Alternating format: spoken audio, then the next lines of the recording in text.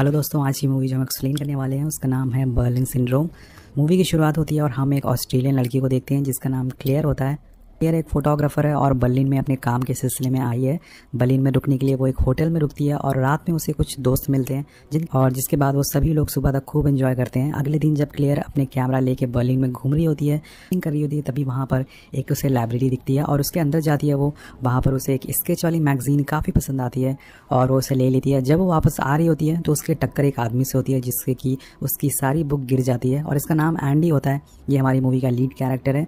ये क्लेयर से काफ़ी अच्छे से बात करता है और क्लेयर भी उससे बात करते हुए चल देती है और दोनों में काफ़ी देर तक बातचीत होती रहती है। अब एंडी उसे पार्क में लेके आता है और उसे बताता है कि वो एक टीचर है। वो क्लेयर से भी पूछता है कि वो क्या करती है। इस बात पर क्लेयर उसे बोलती है कि वो एक फोटोग्राफर है और बर्लिन में अपने काम के लिए आई है। अब क्लेयर भी इस शहर में अकेली थी तो उसे एंडी का साथ काफ़ी अच्छा लगने लग जाता है और वो दोनों पूरे दिन शहर को एक्सप्लोर करते हैं, पूरे दिन शहर में घूमते हैं और शाम को उसे होटल छोड़ने के लिए एंडी जब आता है उसके बाद हम देखते हैं कि एंडी को क्लेयर से प्यार हो गया। वो उसे अजीब तरह से बाल छूता है क्लेयर के, लेकिन और ये चीज़ देखकर क्लेयर को भी अजीब लगता है। लेकिन उसके बाद जब रात में क्लेयर अपने कैमरे में फ़ोटोज़ देख रही होती है और वो एंडी की फ़ोटो देखती है और कहीं ना कहीं वो भी उसे पसंद करने लगी थी, उसके साथ रहना चाहती थी। अगले दिन उससे मिलने के लिए वो जाती है लेकिन ना तो उसके पास एंडी का नंबर होता है ना ही उसका एड्रेस होता है। तो वो वही लाइब्रेरी में जाती है जहाँ पर वो एंडी से पहली बार मिली थी और वहाँ एंडी उसे मिल जाता है और यहाँ पर एंडी भी समझ जाता है कि क्लेयर उसे पसंद करती है। तो दोनों बाहर एक साथ कॉफ़ी पीने जाते हैं और एक साथ टाइम स्पेंड करते हैं।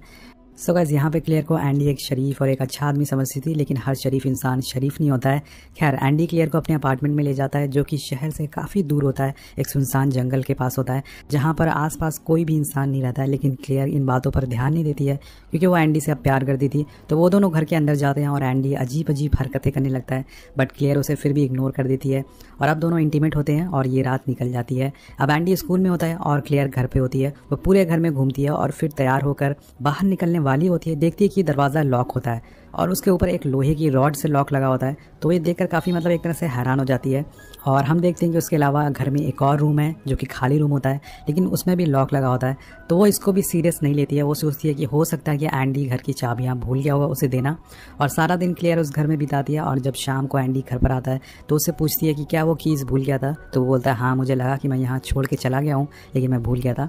क्लेयर उसे मजाक में बोलती है कि मुझे लगा तुमने मुझे जानबूझकर यहाँ पर कैद करके रखा हुआ है। और एंडी उसे ऐसा रिएक्ट करता है कि उसे कुछ नहीं पता है, वो बहुत ही शरीफ है, बहुत ही सब कुछ अच्छा इंसान है। और दोनों फिर से इंटीमेट होते हैं और सुबह क्लेयर उसे जाने से पहले पूछती है कि कीज़ कहाँ है। वो बोलता है कि टेबल पर पड़ी हुई है और कीज़ देखकर क्लेयर फिर से सो जाती है। क्लेयर जब सोकर उठती है तो उसे एक फ़ोटो मिलती है, उसकी खुद की फ़ोटो होती है और उसके शोल्डर पर लिखा होता है माइन। ये देखकर उसे काफ़ी अजीब लगता है और कीज़ लेकर वो डोर ओपन करने लगती है। लेकिन दोस्तों, यहाँ पर जो कीज़ होती है वो गलत होती है, वो गलत चाबियाँ एंडी उसे देकर गया था। और अब क्लेयर समझ जाती है कि यहाँ पे कुछ ना कुछ गड़बड़ है क्योंकि वो डोर खोल नहीं पा रही थी। उसे पता चल जाता है कि एंडी ने उसे जानबूझकर यहाँ पर बंद किया है। उसके बाद ही वो अपना सेलफोन चेक करती है लेकिन उसकी बैटरी लो होती है और उसके बाद जब वो अपना फ़ोन चार्ज में लगाती है तो वो देखती है उसकी फ़ोन में सिम कार्ड ही गायब हो गया। जी हाँ दोस्तों, ये देखकर वो पूरी तरह से घबरा जाती है और खिड़की को तोड़ने की कोशिश करती है। पहला ग्लास टूट जाता है लेकिन उसकी जो पीछे ग्लास होता है वो टूट नहीं पाता है। तो क्लेयर समझ जाती है कि ये सब एंडी बहुत पहले से प्लानिंग कर रहा था। और अब क्लेयर शाम तक का वेट करती है। जैसे ही एंडी दरवाज़ा खोलता है वो वहाँ से जाने की बात करती है, लेकिन एंडी फिर से दरवाज़ा बंद कर देता है और लॉक लगा देता है। अब एंडी घर के हालात देखकर समझ जाता है, सारे सामान बिखरे होते हैं, तो वो समझ जाता है कि क्लेयर को सब पता चल चुका है। और क्लेयर उसे पूछती कि ये सब क्या चल रहा है। एंडी बोलता है कि तुमने ही कहा था कि तुम मेरे साथ सारी ज़िंदगी रहना चाहती हो। और कहना चाहूँगा दोस्तों, ये बात क्लेयर ने एंडी से मूवी की शुरुआत में कहा था और मुझे लगता है कि एंडी ने इस बात को कुछ ज़्यादा ही सीरियस ले गया। क्लेयर समझ जाती है कि एंडी एक मेंटली डिस्टर्ब आदमी है। उसके बाद क्लेयर उससे काफ़ी लड़ती है और बोलती है कि उसे बाहर जाने दो, जिस पर कि एंडी उसे बहुत मारता है। और अगले दिन जब वो घर से बाहर जाने वाला होता है तो वो क्लेयर को बेड से बांध देता है और नीचे पॉलीथीन बिछा देता है, मतलब कि वो उसे 2 दिन के लिए यहाँ बांध कर जाने वाला था और टॉयलेट के लिए उसने ये प्लास्टिक बिछाई थी। एंडी अपने फादर से मिलने जाता है और अपनी नई गर्लफ्रेंड क्लेयर के बारे में बताता है। यहाँ पे हमें पता चलता है कि एंडी की पहले भी एक गर्लफ्रेंड थी लेकिन वो कहाँ गई किसी को पता नहीं होता है। जब वो शाम को घर आता है तो क्लेयर को देखता है जिसकी हालत बहुत ही ज़्यादा ख़राब थी। एंडी उसके लिए एक पजल लेके आता है और बोलता है कि मैंने तुम्हारी मॉम को मैसेज कर दिया है कि तुम ठीक हो। और इस बात पर क्लेयर उसे बोलती है कि वो ठीक नहीं है। उसके बाद वो अगले दिन जब एंडी उसे बांधने वाला होता है बेड से, तो क्लेयर बोलती कि वो उसे ना बांधे क्योंकि घर का लॉक लगा हुआ है, वो वहाँ से कहाँ जाएगी। तो इस बात से एंडी उसे नहीं बांधता है और जब एंडी वहाँ से चला जाता है तो क्लेयर उस घर में बाहर जाने का रास्ता ढूंढने लगती है। तभी उसे सोफे के नीचे एक स्क्रू ड्राइवर मिलता है और उसे अपने पास रख लेती है। जब शाम को एंडी घर पर आता है तो क्लेयर ऐसा दिखा रही होती है कि वो बहुत ही ज़्यादा खुश है उसके साथ और वो पजल भी सॉल्व कर रही होती है और एंडी की मदद मांगती है। जब एंडी उसे सॉल्व करने में लग जाता है तो वो उसके हाथ में वो स्क्रू ड्राइवर दे मारती है। वो उस कीज से रूम के बाहर तो पहुंच जाती है, लेकिन अपार्टमेंट के बाहर वाला डोर भी एक लॉक होता है, तो इसलिए वो खोल नहीं पाती है और एंडी उसके पीछे आता है और गुस्से में उसकी उंगलियां तोड़ देता है, जिससे कि क्लेयर वहीं पे बेहोश हो जाती है और एंडी उसे उठाकर घर के अंदर ले आता है, उसकी फिंगर पर पट्टी बांधता है। और यहाँ पे हमें एक और बात पता चलती है कि एंडी हमेशा क्लेयर की फ़ोटोज़ लेता रहता था और ये काफ़ी अजीब हरकतें उसके साथ करता रहता था। हम एंडी को स्कूल में देखते हैं जहाँ पर वो अपनी एक स्टूडेंट को बहुत ही अजीब तरह से देख रहा होता है। ऐसा लग रहा होता है कि इसका ये अगला शिकार होने वाली है। अब क्लेयर बहुत ही कोशिश करती है उस लॉक को खोलने के लिए, लेकिन वो खोल नहीं पाती है। इसी तरह से कई दिन बीत जाते हैं दोस्तों क्लेयर को इस घर में, और जब एंडी घर आता है तो उसके नाखून को काटता है क्योंकि अब वो काफ़ी बड़े हो चुके थे, कई दिनों से यहाँ बीत चुके थे। इसके बाद उसके हाथ की जो पट्टी होती है वो भी उसे निकाल देता है और उसे नहलाता भी है। और अब अगले दिन फ्रैंका एंडी के घर पे आती है।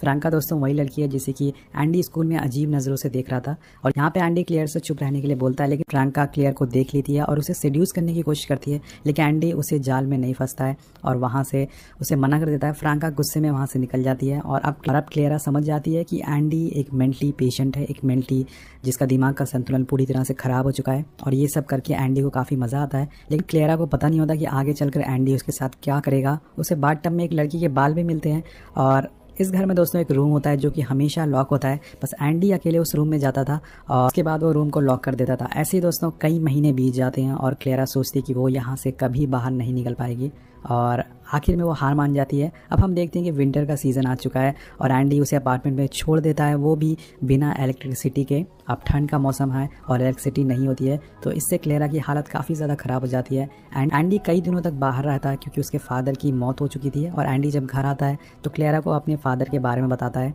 और बहुत ही दुखी होता है। वहीं उसी वजह से वो रोने भी लगता है और उसे रोता देखकर क्लेरा उस पर तरस आ जाता है और फिर दोनों उसी रात इंटीमेट होते हैं। और ऐसे ही दोस्तों कई दिन बीत जाते हैं। हम देखते हैं कि अब क्लेरा को देखने से हमें पता चलता है कि वो वहाँ अपनी खुशी से साथ एंडी के साथ रहने लग गई है। वो अपनी जो हार है उसको स्वीकार कर लिया उसने। वो सोचती है ठीक है, मैं जैसी भी हूँ वैसी ही ठीक है, लेकिन उसे एंडी के मन की बात पता नहीं होती कि वो क्या करेगा आगे चल के।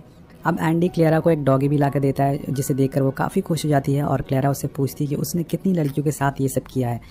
इस बात पर एंडी उसे बोलता है कि एक भी नहीं। अब काफ़ी दिन बीत जाते हैं और हम देखते हैं कि एंडी क्लेरा को कार की डिग्गी में बंद करके एक सुनसान जंगल में ले जाता है और अब वो उसे मारने वाला था। लेकिन दोस्तों क्लेयर की किस्मत अच्छी होती है क्योंकि वहाँ 2 बच्चे आ जाते हैं, जिसमें कि एक बच्चा ज़ख्मी होता है और उनके पीछे उनकी मॉम भी आ जाती हैं। और क्लेयर एक लड़के को सब कुछ समझाने की कोशिश करती है, लेकिन वो उसकी बात कुछ समझ नहीं पाता है और वह वहाँ से भाग जाता है। उसके बाद एंडी क्लेरा को घर लेके आता है। हम देखते हैं कि जब एक दिन एंडी घर पर नहीं होता है तो क्लेरा उसी रूम को खोलने की कोशिश करती है और उसमें एंटर हो जाती है। वहाँ पे उसे एक फ़ोटो एल्बम मिलती है जिसमें कि उसकी बहुत सारी न्यूड फ़ोटोज़ होती हैं और एक फैमिली फ़ोटो भी होती है। तभी उसमें कुछ लड़कियों की फ़ोटोज़ भी उसको दिखती है और वो समझ जाती है कि एंडी ने बहुत सारी लड़कियों के साथ ये सब किया है और उन्हें लास्ट में मार दिया। तो क्लेरा ये भी समझ जाती है कि एंडी उसे भी मार देगा। लेकिन क्लेरा दोस्तों बहुत कोशिश करती है यहाँ से निकलने के लिए, लेकिन यहाँ से निकलना इतना आसान नहीं होता है। एक रात जब क्लेरा अपने अपार्टमेंट पर अकेली होती है तो वो एक आदमी को वहाँ चेकिंग करने के लिए देखती है, जो कि यहाँ पे चेकिंग करने के लिए आया था। वो आदमी अपनी लाइट फ्लैश करता है और क्लेरा उसके हाथ हिलाकर उसे मदद मांगती है।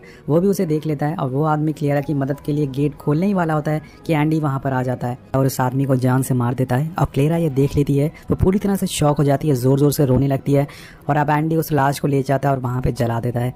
एक दिन दोस्तों क्लेरा देखती है कि एंडी कुछ बच्चों की नोटबुक लेकर घर पर आया है, तो वो प्लान बनाती है कि वो फ्रैंका की नोटबुक में अपनी एक पिक्चर रख देगी, जिससे कि उसे पता चल जाए कि एंडी ने उसे यहाँ पे कैद करके रखा है और वो उसकी मदद के लिए आ सके।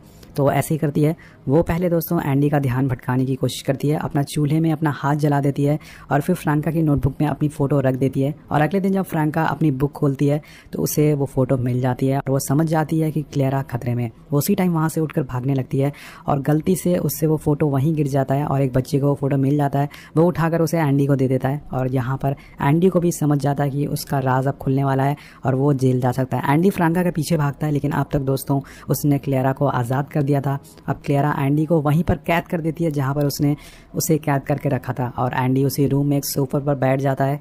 उसके बाद हम क्लेरा को देखते हैं जो कि टैक्सी में होती है और अब वो आज़ाद थी। उसके चेहरे पे स्माइल थी और कहीं ना कहीं उसकी आंखों में आंसू भी था, उसकी आंखों से आंसू गिर रहे थे और यहीं पे मूवी खत्म।